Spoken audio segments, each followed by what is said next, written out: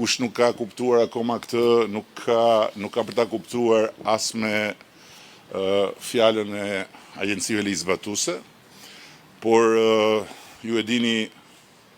të paktën dihet botërisht, sepse për këtë jemi të respektuar edhe brenda NATO-s, kemi një nga mbrojtjet më të forta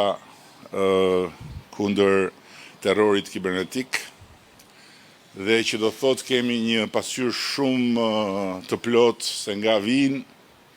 e ku shkojnë, por natyrisht ky nuk është një territor i terrorit kibernetik, ky është një territor i luftës hibride që zhvillohet, për cilën kemi dëgjuar nga vende të tjera dhe e cila ka ardhur edhe këtu në vendin tonë. Janë të panumërta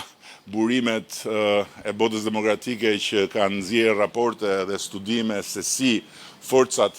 kundër Bashkimit Evropian, forcat kundër zhvillimit të vendeve që i duan nën sqetull apo që nuk i duan të forta, organizojnë dhe nxisin dhe orkestrojnë situata të kësaj natyre duke përdorur në radh të parë çështjet e ambientit, sepse tek çështjet e ambientit ka sensibilitet shumë të madh dhe tek çështjet e ambientit ndodh pikërisht ajo gjëja që bashkohen vëllezërit e agimit të artë që orkestrohen nga ustallar si ata të agimit të artë, në emër të Shqipërisë së shqiptarëve, me shqiptar, vajza, djemt, reja të rinj, me qasje